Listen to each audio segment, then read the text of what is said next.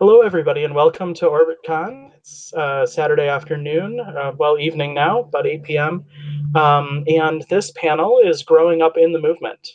Some of us came into activism with years of professional work experience. Some of us came to it before we had much, if any, social and professional life experience. In this panel, we're going to be discussing what it was like to go from being inexperienced at life to experienced at life through very particular and peculiar lens, the semi-professional secular stuff. We'll chat about what was good to us and for us, and what could have gone better, and everything in between, in the hopes that we and others will help to nurture the next wave of skepto-atheo-SJW types. If anybody out in the audience has a question, please submit it at the page for this panel on theorbit.net. It's the-orbit.net. Follow the link that says OrbitCon, and then find Growing Up in the Movement. You can leave a comment there, and I will ask those questions towards the end. All right, Hina Databoy, you go ahead and take over.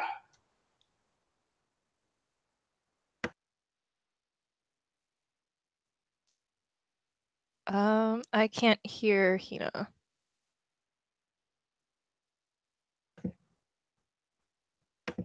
Yeah, Hina, you've gone quiet, but you are not muted on my end. Yeah, I can't hear Hina either. All right. And Hina's video is also not coming up. I mean, I can see Hina down in the corner, but oh, it's not popping up as if Google is understanding. All right. So while Hina works on their tech issues here, Lux, would you go ahead and introduce yourself? Hi, everybody. I'm Lux. I have been a blogger at various skeptic sites for like 6 years now. Oh, hey, it's Debbie. Hi.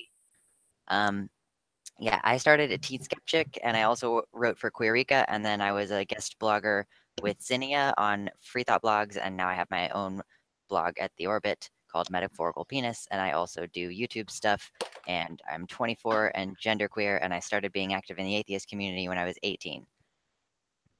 There we go. All right, Hina, can we hear you now? I don't know. Yes, we can. Hear you now. And we can see you. Yay. Hey, how about you go ahead and introduce yourself? All right.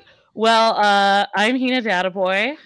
I spent my life very cloistered and sheltered as a Muslim, and I had my first real life experiences in the atheism movement, for better or for worse, and it was quite a trip. I blog at The Orbit at Heinous Dealings, very occasionally lately, unfortunately.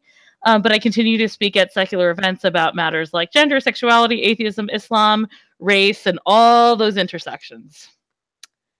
All right. How about Talon? Why don't you introduce yourself? Oh, all right. I'm Talon Richards. I'm 21 years old, and I've basically grown up experiencing a lot of the secular movement secondhand. My mom is very active in the movement, and it's I completely forgot what I was going to say. I totally feel you. It happens. It happens. I mean, I didn't even say my age. I'm 30 in like a week, but you know. Yeah. But yeah, if you don't have much more to say, we can have Deb take it away. Yeah, I don't really do any like secular blogging or anything. I'm just here on the sidelines cheering on my mom. So and you do a great job, and your mom is awesome. All right, Deb? Is this just the quickest introduction? Is that what we're doing right now? Yeah. All right. Hi. Debbie Goddard. I work at the Center for Inquiry now. No, I can't hear Debbie. Oh, no. I can't either. Oh. Oh, we heard it for 1 second. Oh, there we go. Yes. All right. Good. There we go. Good. Debbie Goddard. I work at the Center for Inquiry. I've been working for CFI since I was 26, 12 years ago. And before that, I volunteered for secular groups, and I edited a campus newsletter going back to when I was 20 when I first got involved. So it's been 18 years that that I've been involved in this movement in some way or other. My entire adult life, basically. for better or worse. Well, you one thing you mentioned in your intro is a great segue to what I would like to ask the rest of the panel. So, how old were you when you first sort of got into things, and like what kind of a small initial phase? I lost you for a second there. I don't know if everyone else did. Okay, so I'll just repeat the question. So, what was your first kind of secular event, and like what was that like, and how old were you? Because Deb mentioned hers, but I don't think the rest of us did. My first actual event, I was I 18 yet, or was I just about to turn 18? One of those two. I live in Lawrence, where KU is at, Kansas University, and they have a group called SOMA, the Society of Open-Minded Atheists and Agnostics or something like that. And they put on Reason Fest usually once a year, and that was the first event that I went to, and I saw Keith Lowell Jensen do some comedy there. Yeah, so I was like 18 the first time I actually went to an event. I think that was before I started actually blogging or actively a particular way. Right, Talon? So I was actually 15, I think. My parents took me to I think, was it the first Reason Rally? Or, just we went to the Reason Rally, and it was weird because, I was 15. But at that point, I had already been sort of seeing the movement from a distance for about a year, because so I was already a little used to some of the things, but that was my first big, I guess my first big foray into the movement. Mine was the very same week I saw posters around campus at my university for the Secular Student Alliance affiliate there, which was called AAR, Atheists, Agnostics, and Rationalists, which we like to do as a pirate theme thing, like ARG. Yeah, we were very silly. And at the same time, I also found out about Orange County Atheists, which at the time was a local meetup that happened in my area. Oh, we lost Tina again. Yeah, so the SSA had just gotten started, and they didn't know about Orange County Atheists. And I was like, oh, I should probably connect these two different age groups, because the OC Atheist group skewed older, and of course, the SSA skewed younger. So that was kind of my first foray into things. And I went to my first meeting and talked way too much, and then got onto the board. And here I am, a million other things later. For me, it was a student leadership conference at the Center for Inquiry, and I hadn't heard of any of this movement. It was kind of almost an accident. Like, I had a philosophy club in both of my high schools. I lost my scholarship at Catholic school because of philosophy club. I went to public school. I started an angrier philosophy club that was way more atheisty. And someone in my club in college who sort of became an atheist because of our club discussions. She got involved in the movement and then found out about the Center for Inquiry and invited me to a student leadership conference in the summer of 2000. And she was like, do you want to go to this student free thought conference in Buffalo? And I was like, a what? She's like, secular humanism. I was like, no, I don't know these words. And she's like, it's basically a student atheist convention. And I was like, yeah, what? That's a thing? So we went, and I thought it was going to be like, 20 kids in some VFW or something, but it was this whole building and people with groups on their campus and this whole history and all these books. And I was like, mind blown.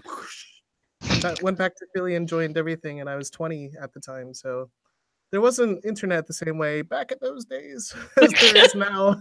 Back in my day. day. It looked really different, like we didn't have Facebook. But yeah, I got involved, and I joined all of the groups in Philly and New Jersey and New York City and Central PA. When Wow. I was 2021, just stayed involved. That's awesome. Yeah. So when I used to do stuff with Atheist Club and I still with my parents, I did call it Philosophy Club. And I feel like we could be the new Angry Philosophy Club, right? Yeah. So, let's talk a little bit about our social lives prior to joining the movement. Like briefly, like were you more of a loner, or did you have a lot of social experience? Or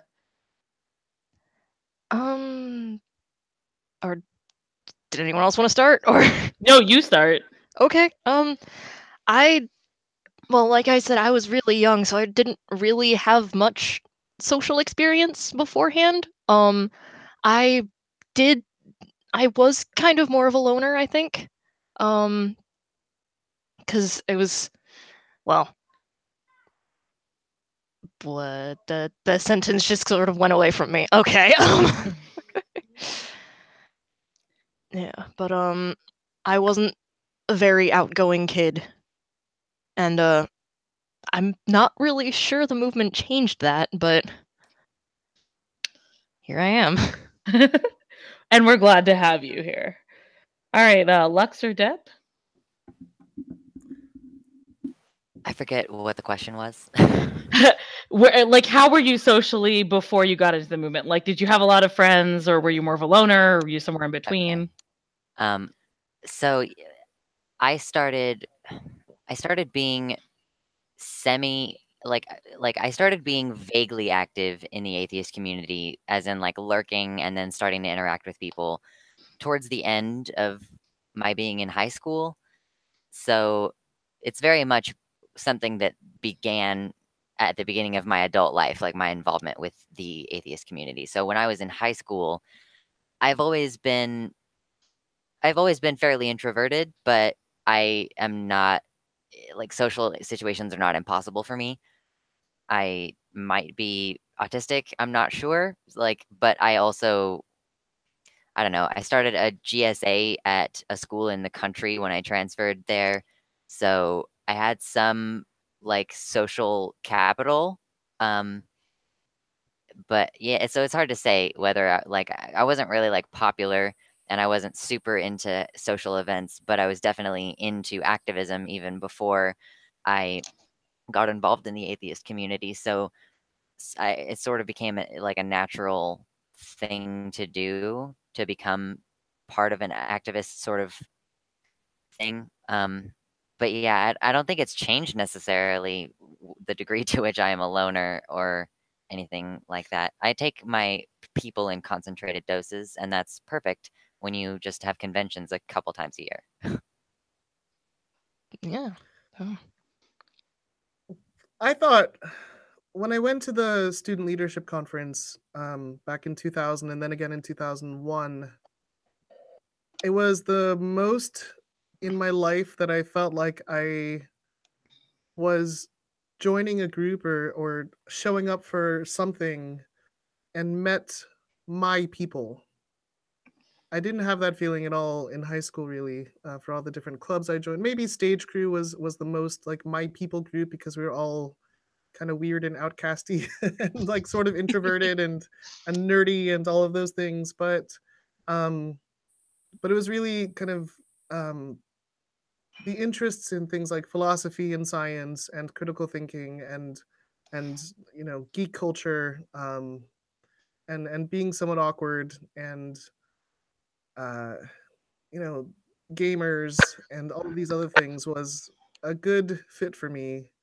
And so I think compared to myself previously, I was more relaxed and myself than I was in most situations. And certainly because I've spent so much time in the movement and met different kinds of people and grown, become an adult in this movement, I've learned how to act around people, I think, better. That's certainly helped build my confidence and compared to high school me, which was much more like brooding and in a corner alone by myself, maybe crying sometimes. So yeah, it's been a big difference and it's been a shift because I met more people who were like me in some way or other, I think, who had similar interests in things and that valued the things that I valued, and that included you know, maybe being on the spectrum somewhat. I know that's a thing that comes up in discussions about who is attracted to this movement, for a movement that values logical conversations and things. Like, you know, we collect a lot of gamers and science nerds and people who are probably on the spectrum. And that's a good fit for me. Turns out. I feel very similarly because, you know, I wasn't like in elementary school, I was very much a loner. Nobody liked me. But a big part of that was my parents kept switching schools on me, and I was more religious than all the people I went to school with. I went to Islamic school, but I was more religious than them. And I didn't think I was better than them, and I would never tell on them or whatever, but they assumed I would like be a narc, basically, that I would like tell on them. And so it took everybody a while to warm up to me, and then I'd have friends, and then my parents would be like, "Oh, we found a better school for you." And bam, I was gone. And so that was the case until I hit about 8th grade. And then in 8th grade, I entered public school, and I expected to be oppressed for being a Muslim. And instead I made like a bunch of friends. It bothered me actually as a Muslim. I'm like, why do I get along with non-Muslims better than Muslims? Okay, let's not think about that. But even then, like, I didn't find my people. Like, I understand what you're saying, Deb, about that. Like, I did join drama actually too. And I was part of managing the house more than crew or tech. But I found something of my people there. But the first time I went to an atheist club meeting when I was like 20, or maybe more like 18 or 19, like I felt like I had found my people because they were nerdy, they were into similar things. You know, they wanted to talk about the same things I wanted to talk about. And, you know, coming into adulthood in the movement, it definitely, yeah, like just being a volunteer and a speaker and a blogger and a public ex-Muslim, it just forces you to meet more people and you find more people that you like. And, you know, I still like my me time. I still like to like sit alone with cats, you know, or whatever, but who doesn't? But I mean, I have a special love for it as a cat fosterer and reformer of problem cats. But I absolutely learned to, you know how to find people and know how to talk to people a little more. And it's translated in a weird way to my professional life because I don't work in the movement. But that actually brings us to another thing I wanted to talk about. So if you can think of any examples of learning how to act within the movement and you trying to translate it to the outside world and whether or not it went well or poorly. I'm sure you all have some stories. I think that in general, I just was young enough to not necessarily know when to use certain arguments with people. Like, there's a benefit to knowing an argument, but there's certain times when you want to be more delicate. So, like, if you're talking to, like, your aunt and her dad died when she was rather young, and she's talking about her belief being kind of related to a belief in the afterlife, like, you gotta be nicer about it than, like, because I feel like everybody goes through, like, their angry atheism phase where they're like kind of firebrandy. Like, maybe not everyone, that's a blanket statement, but many people who are atheists who at least like had a religious background, I feel, tend to go through at least a small phase where they're just very angry and loud. And Hitchens is very fun to quote at that time, and it's just not, tact is a thing that I didn't have. I just had the arguments, and it just didn't work out very well sometimes. I feel like that's kind of something I ran into because I think I was growing up and getting introduced to the movement while my parents were going through their angry atheist phase. So I was getting a lot of that influence, and so I would be like out at school and then someone would say something religious and I would like shoot back and question it and have to deal with the blowback from that. And I learned very quickly that no, don't do that. People get angry. I'm Gotta pick your still having that problem. And I have that problem, Hina and others, because I work in the movement.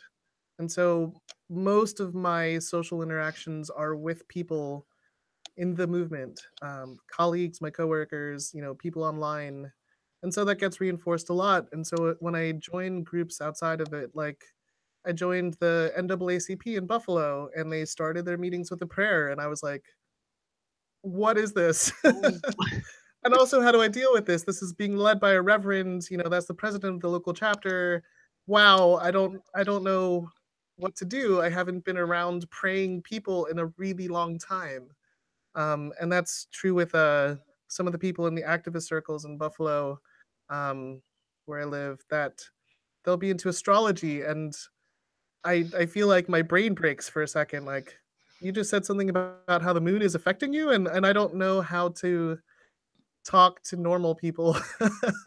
Sometimes I feel like, oh, is this how most people are? Because I forgot, because I've been working here for 12 years, and most of my social circle is other atheists and skeptics. So it comes up in different interesting ways. I know when I was first looking for an apartment in Buffalo, I was very cautious, talking to potential landlords, about what I do. For a while, I had a part-time job as an SAT tutor, and I didn't know how to talk about what I do to the parents of my potential students. And I knew that if I was just like, oh, I work as a professional atheist or something, that I might lose work. And so in that sense, like, I knew these are people I don't know. They might be religious. I haven't talked to religious people in forever, but it still got me. And then I forget, because, I've been working here, and I haven't had to put myself out like that. But yeah, I still encounter regularly instances where I'm like, the way that I'm comfortable being at work is, and just in my social circles, is not the way that I can be everywhere I go. Mm-hmm. And I still don't know how to deal with it. I still say the wrong thing sometimes, or someone will reference, I don't know, moon signs, and I'll sort of half roll my eyes and have to stop and say, like, no, this is a social interaction where you don't talk about how strange astrology is. You just, okay, that works for you.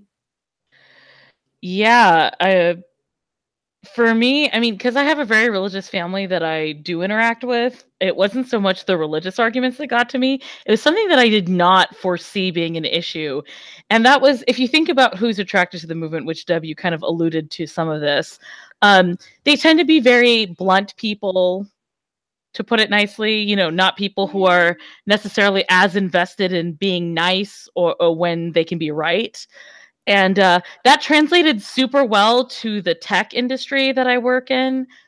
But outside of that, it doesn't help. So between professional atheism, or semi-professional in my case, and the tech industry, when you take me out of those two contexts, it's bad. It's very bad. Like I very briefly worked for the University of California in the public sector, and it was female dominated, and everybody was really nice, and everybody was very like generic, bland office people. And I obviously did not fit in. And it led to all kinds of problems. And there's a reason I didn't pass my probationary period there. But within 2 weeks, I was back in the tech industry, and here that's fine. But even within the tech industry, like, I'm at a bigger company now than I've been before. And they're actually doing workshops about communication and different communication styles. And most people that they've tested so far fall on the like blunt side of things. And so they're trying to make us be nicer and more open and more warm. But unlike other than my family, which is more passive aggressive than blunt, although they're really aggressive when they really want to be. But my social life, which is very atheism driven, and then my professional life, like, I forget sometimes that people just want to like blather on about the weather. Like, and that sometimes it's nice to just let them talk and not be like, oh, this is boring, or you're wrong about astrology or whatever. Yeah, I gotta say, one other piece of that intersects with this is, I found in general the community, the atheist secular community, to be much more laid back when it comes to LGBTQ acceptance. than the general public. And so there's another realm where, like, you know, someone mentions their wife or husband, or someone mentions, you know, their poly relationships, and no one's like, but wait, I thought you had a husband, you know, or something like that. It's just like, oh, okay, that's what you do. And so that's another area where, when I've voluntarily joined some group, like a meetup or something, where people expect to chit chat, and what do you do? And I'm like, yeah, I'll tell you what I do. And then, you know, referencing kind of queer culture things, I pause sometimes, like, you know, is this going to be someone who's about to lay the Jesus on me or something? So that's another thing where I've gotten comfortable in one setting, and have to remember sometimes that it doesn't work that way everywhere else. That was That's actually something I found really appealing about, like, when I wanted to work for something in the atheist community. I was like, it will never be a problem that I'm trans. It will never be a problem that I'm queer or any of that stuff. So it was definitely something that made me feel better when that was my, like, career path intent. and that's actually something I can relate to, even without having my chosen career path within the movement. Just I remember going to Skepticon. What was it? It wasn't 2 years ago, was it? Some recent Skepticon, and it was the first large social interaction I had been to where it was normal to list your pronouns on your name tag, and where I actually felt comfortable just straight up saying, "Hey, I'm a trans guy." Like even at my job, I kind of hesitate, like especially with customers, because I don't pass well, and I feel a lot more comfortable within the movement, just being who I am. And that's probably, like, this environment, the secular environment, is probably what allowed me to, I guess, discover so much of who I am. Because I know that if my family was, or at least if my parents were in any way religious, I would probably not be at the point that I am.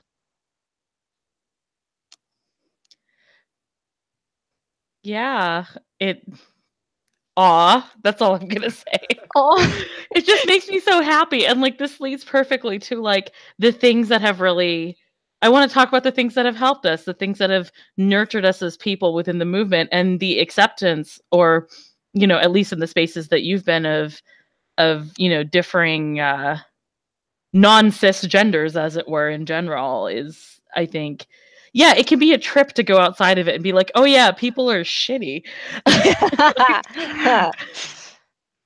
You know, I mean, I came out about being non-binary during the first secular social justice con here in LA, and like immediately everyone like switched pronouns or apologized profusely, and just oh.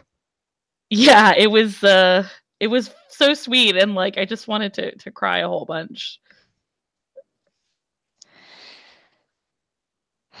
Yeah, that was a big mood at Skepticon. Yeah, it was. I think I actually remember at Skepticon. Sorry, I feel like I'm kind of dominating the conversation at this point, but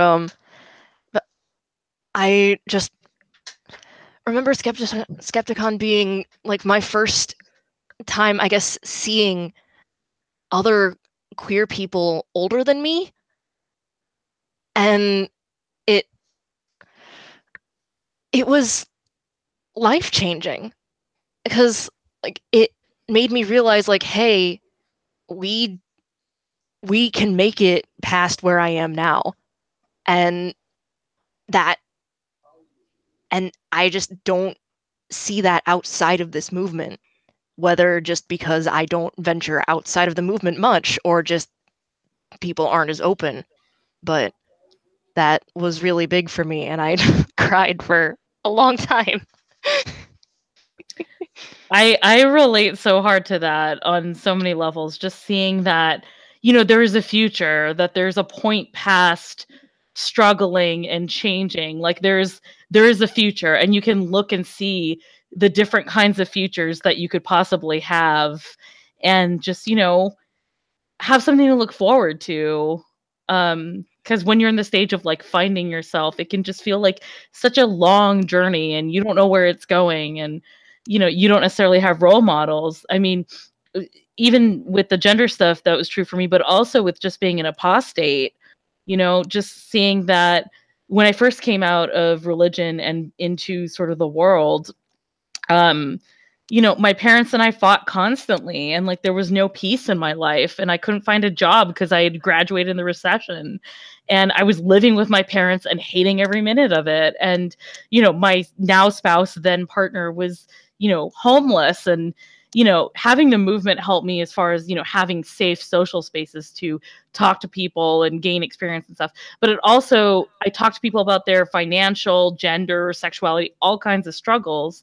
And it made me think, okay, life is worth living. It's worth moving on. It's worth keeping on trying, because there is something there for me. And, not everybody has the straight path of high school, university. They find an internship, they get a job from that, and then they just like work and everything's fine for them. Because that's all I had around me, either that or complete burnouts. So it was nice to see alternative paths for life, and people who were, my parents' age or older, who, had made good lives for themselves. Yeah, I think part of it for me getting involved 18 years ago was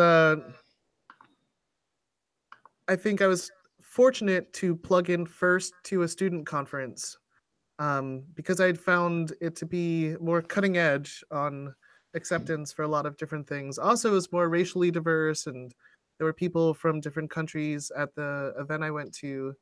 I was actually pretty shocked about a year and a half later when I went to a national level conference, actually a Center for Inquiry conference. And I had convinced a friend of mine to go with me. The crowd that I expected, that I described, was based on my experience with the student conference.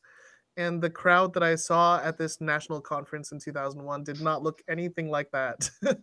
Oh, I no. feel like we walked into the hotel ballroom, and we had driven from Philly to Atlanta, and there was this big room, and it was a sea of like gray and white heads.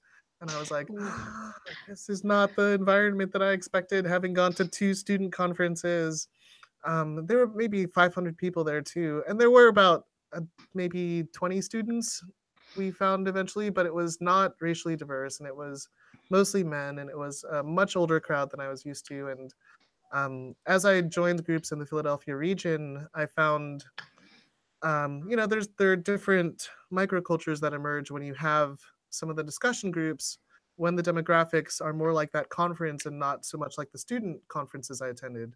But I was fortunate that I was plugging into both kind of simultaneously, and so I could sort of see things that were less comfortable in the local discussion groups, where it tended to be a much older and male crowd, versus the student groups and the students that I was working with, which tended to be way queerer and more liberal on some things too, and more racially diverse as well.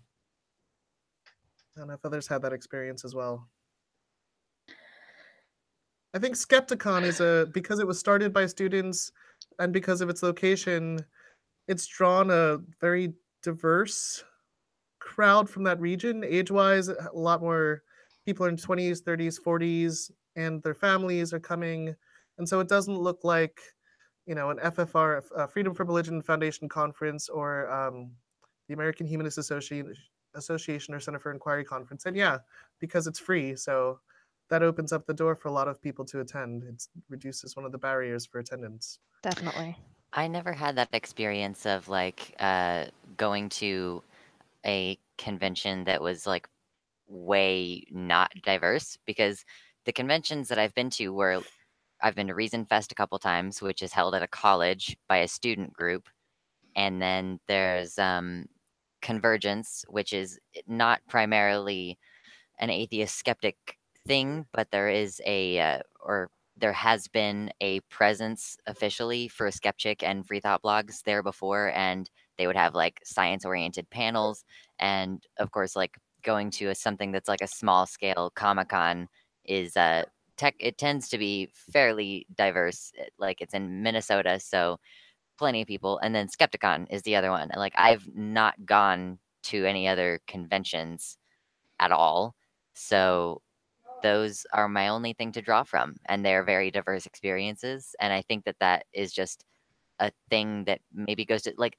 it's possible that it's because those events are either free or like cheaper, or like I plan around for them, that's why I have that exposure to more diverse environments. But I don't know. I find that experience interesting though, that you guys you all are going from are kind of seeing like less diversity in the higher profile events, I guess is a good way to condense that down. Yeah, I mean, I experienced the like sea of white people first. That's what I went to at first, and then when I started going to other stuff like Skepticon the first time and Convergence, it was like, whoa, you know, when the old white guy at the after party makes the awkward racist joke, the whole room doesn't turn to just me. Like, what are you gonna do about it? Yeah, and I'm like, no, not doing it. It's like Christmas at my spouse's grandparents' house. Like, no, not just let me drink my drink and look away in the distance. But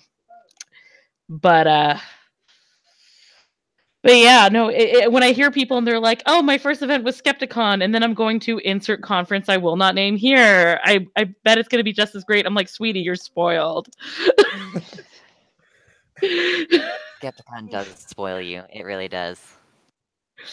Yeah, props to Skepticon. Always and forever. All right, so why don't we talk a little bit about experiences where you felt people maybe were condescending to you, or could have done a better job of guiding you, or maybe just were off, and basically so we can educate the people watching about maybe a little of what not to do for your younger people.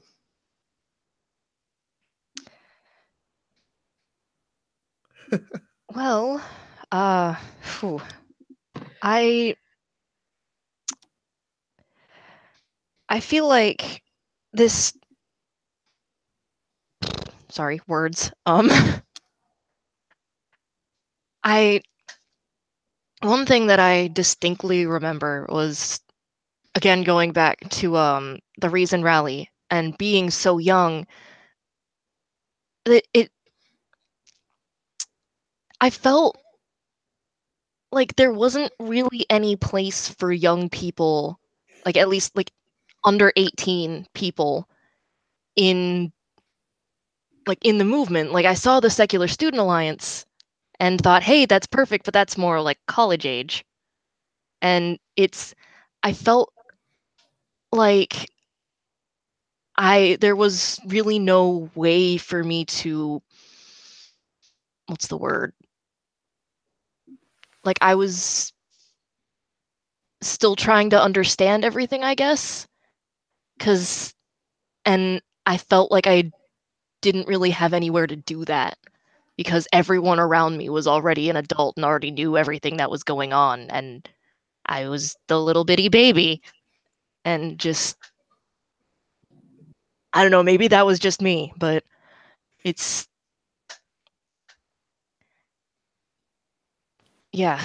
I can kind of bounce off of that, because something that I've been thinking about recently, that it's not even necessarily only tied to age and only tied to this movement. I think that there is a tendency for people who are perhaps more experienced with various lines of argumentation, perhaps have had more years of exposure to data on various subjects.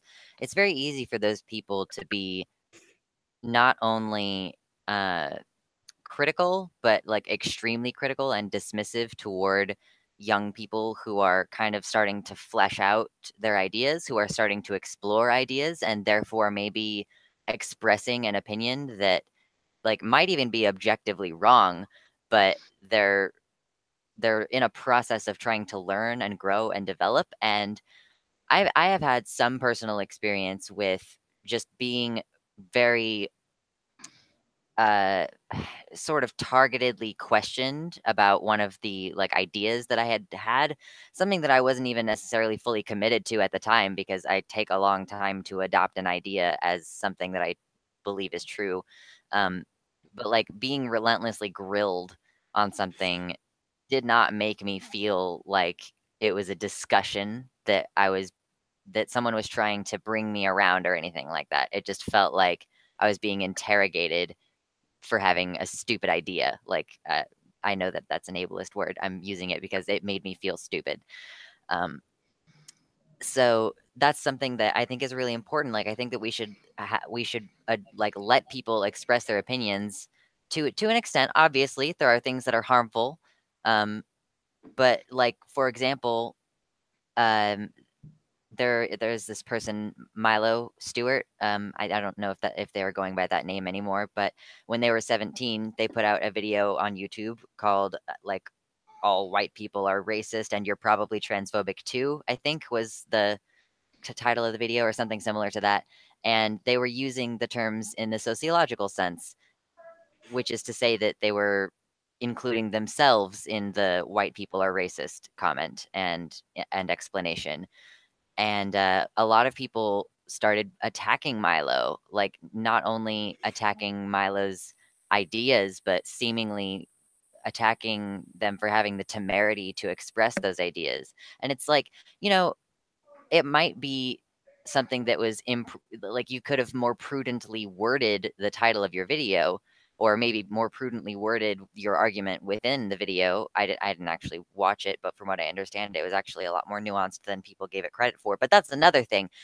There's a lot more nuance to the arguments of young people than we are often given credit for. We have deeper thoughts, and we're trying out new ideas, and I think that we shouldn't be met with hostility when we are trying to join this group of people who are thinkers. Do you want us to think or not? Like, that's kind of how it feels sometimes.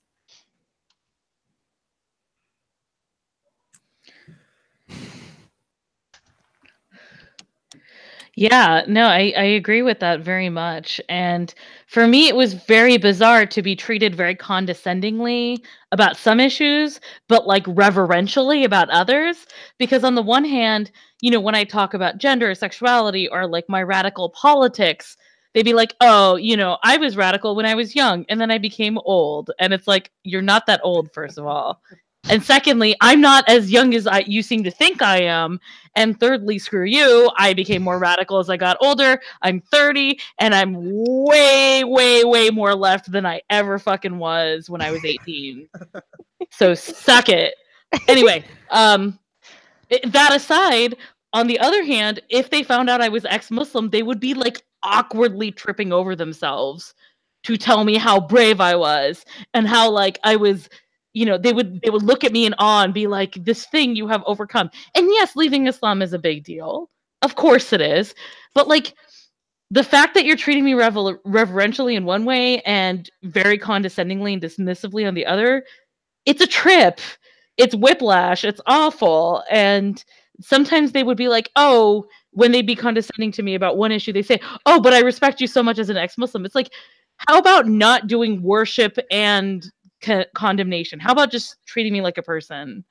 Like, can we meet in the middle here? Can we level out? And that's the main thing I would love for anyone who's older who wants to help nurture the next generation to walk away with is like, ask young people questions, get their thoughts, help them explore their ideas. If don't say, oh, when I was young I was like so liberal and now I'm boring or whatever. Like you use the knowledge of your youth to talk to the youth, like and also for heck's sake, do not tell people that, oh, when I was 20, I was an asshole too, or whatever.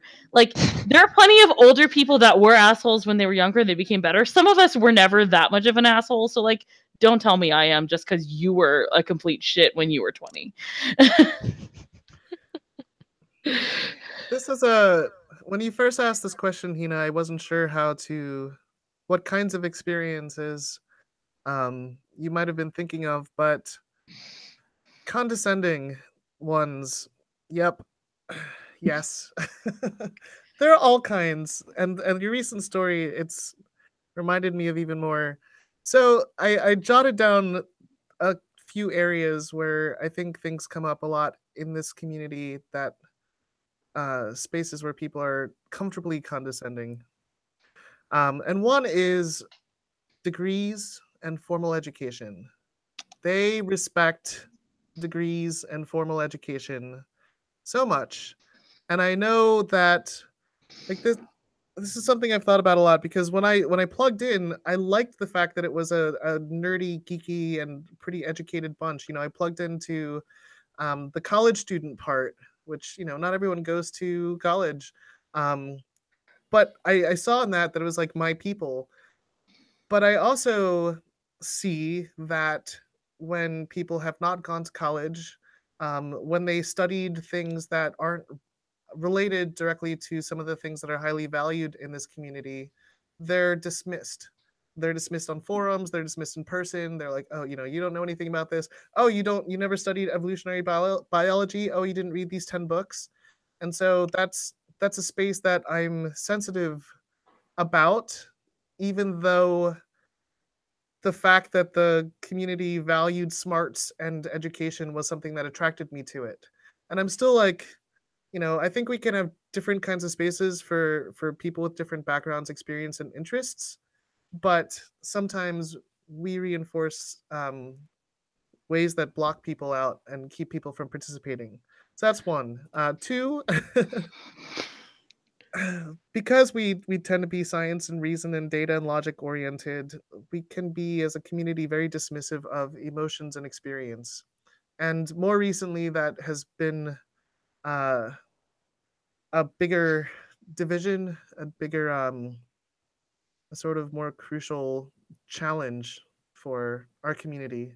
When people say, my experience is different than yours. Holy cow. All the ways that people can be condescended to. Personally, I wanted to specifically bring up race as an area that has never been quite comfortable for me in this larger community. More recently, it has come up because in culture, there's been a resurgence in an interest in scientific racism, where people really want to talk to me about the bell curve and, like, Black people. But that was always an area, I think, that even from when I first got involved outside of the student groups, when I first got involved with community groups, people saying, oh, well, this is why Black people are more religious, because they're less intelligent. Why don't you explain slavery to them so that they can all be atheists and all that kind of thing? Oh, it's because they're poor. And in ways that were not open to really conversation, but they were just so excited to see a Black person or a person of color, they wanted to tell me all their thoughts about race. But if I had any thoughts to share about, like, well, this is what it looks like where I live, then they weren't really open to that. It sounded irrational to them. And that's the way that that's approached by people is very interesting over the time I've been involved. More recently, I feel like it's been more harmful, more dangerous, less well-intentioned. But for the last 8 years, I've been in charge of a program here at CFI called African Americans for Humanism, which opens a door for people to tell me what they think about Black people in condescending ways. And that's a difficult space to be in. Yeah. I mean, like, the education thing, like, the fact is, for a community that sort of, like, values quote unquote intelligence, it's like, but do we question concepts of intelligence? Do we question classist measures of intelligence? And sometimes we just don't. And it's something that's worth looking at and examining, I think, for sure. Yeah, we generally are not comfortable accepting how irrational humans are. especially us humans, right? Like the we humans in our community. And so when we say things like, hey, this kind of thing makes me uncomfortable, this kind of thing might drive people away from our meetings. If it involves some kind of emotion or irrationality, then it's easy for some people to dismiss that. Like, well, that doesn't make any sense. That's not logical. That's not how people should be. Why aren't we robots? That's my question. Why can't we be robots? Free ourselves. Let us free ourselves from our flesh prisons. But no. But you're I had a thought and then it drifted away. It's fine. That's a big mood. Yeah. Oh, big mood. Is that what the youths are saying these days? Yes, it is, apparently. Apparently. I thought the thing that we were saying was it me, but... I mean, you can also say that. That's the beauty of language. You can say a lot of things. So it looks like we do have some questions, and we're in our last 10 minutes, so... Yeah, so the one question that we've gotten was, did any of the panelists have a religious rebellious phase? And I take that to mean sort of a rebellion against atheism. But I would also be really curious to hear about any sort of religious explorations that people may have gone through and how that can sort of affect our participation in the atheist community and our experience of entering the atheist community. I have one related to like exploring religions before settling on atheism, at least. Like, I wasn't raised up Christian, really. I kind of like went to church to mostly see my cousin. Like, that's how I felt about it. But when I was a teenager, I like really wanted paganism to be real, like Wicca.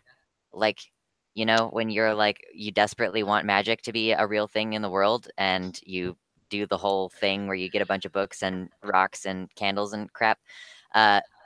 So I like really wanted it to be real. And then like just the same with Christianity, like at some point I realized that I just felt nothing when I was trying to interact with this.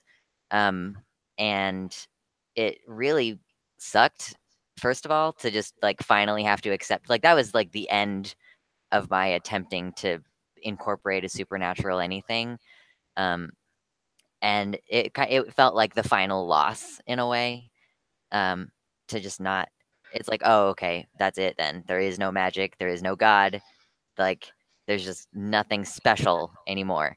And so nowadays I am friends with a bunch of people who are actually like literally Wiccan, and like literally Wiccan in the sense that they actually genuinely believe in things like crystal energy and stuff like that. And it makes me deeply uncomfortable because like I went through it and I'm like, I came out the other side with reality. And so it's hard for me to interact with people now. That's basically my story of religion. I have more of an issue now with Wicca than with like organized religion, because I'm like, these people are usually atheists who believe all of this supernatural shit that just makes no sense at all. It's wishful thinking and it's cute and it would be nice, but it's not real. God.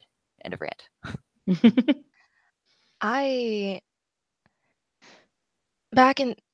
There was a big thing for me back in high school where I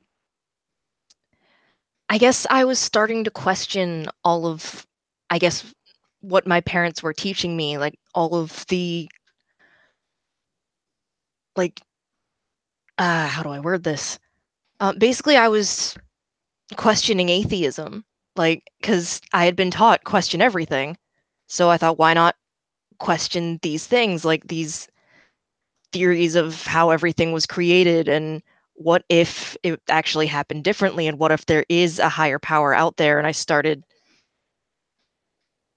I get not quite falling back on religion, but I started just sort of, I guess, trying to seek out something that made more sense to me, because that was a big thing when I was younger, where like especially like things like the Big Bang, and just for a while atheism in general just didn't make sense to me. So I tried to seek out other ideas, and while I didn't fall on any particular religion, mostly because I didn't have the resources to do that, I just started thinking up my own ideas of how the world worked, I guess. And the speed with which that got shut down by my parents, there was an entire afternoon evening where we sat down and watched science videos and talks about the Big Bang and such, and I wish I could reproduce the look on my face the entire time. But it was interesting, and I clearly I haven't forgotten about that because it left an odd taste in my mouth, and I can't quite pinpoint why.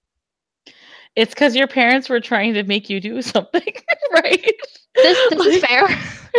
You know, I mean, like, I had the same thing happen, but like with Islam, where like my parents dragged me around all up and down the California coast, touching into NorCal to different mosques, trying to find the right imam to turn my head around, quote unquote. But you got the atheist version, which seems a lot less fraught in some ways. Yeah, I can't say that since I became an atheist that anything religious appealed to me at all. I mean, some conspiracy theories definitely did.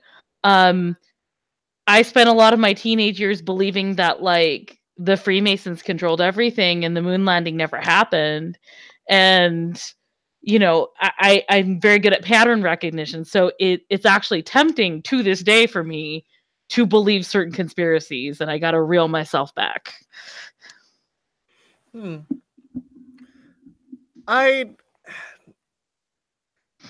was the term that was used? Religious rebellion? Yeah. No.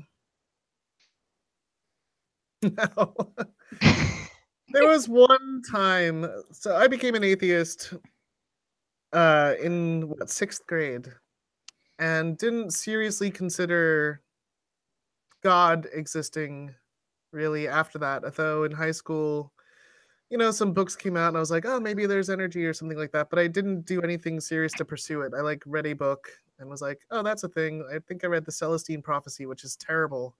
But I had some friends who were like, can you make energy between your fingers? And I was like, is that really a thing? Let me try. No. Yeah. But I mean, we all wish though, right? Yeah. When I was 30, I went on hormonal birth control for a few months. And the first month, things were all kind of wacky, but I didn't really connect it to the birth control. And I was cold all the time and all this other stuff. I had my anxiety shot through the roof. So I was driving in my car, long road trip, and I was listening to Jesus Christ Superstar. And the song Gethsemane comes in where Jesus is in the garden and he's singing to God and he's like, you know, why do I have to die? I've worked so hard. Can't I live? You know, do I have to die for these things to be fulfilled? It's very moving. And I was so moved. I was so touched. I started crying in my car at how sad Jesus' story is and how sad he was. He just wanted to live.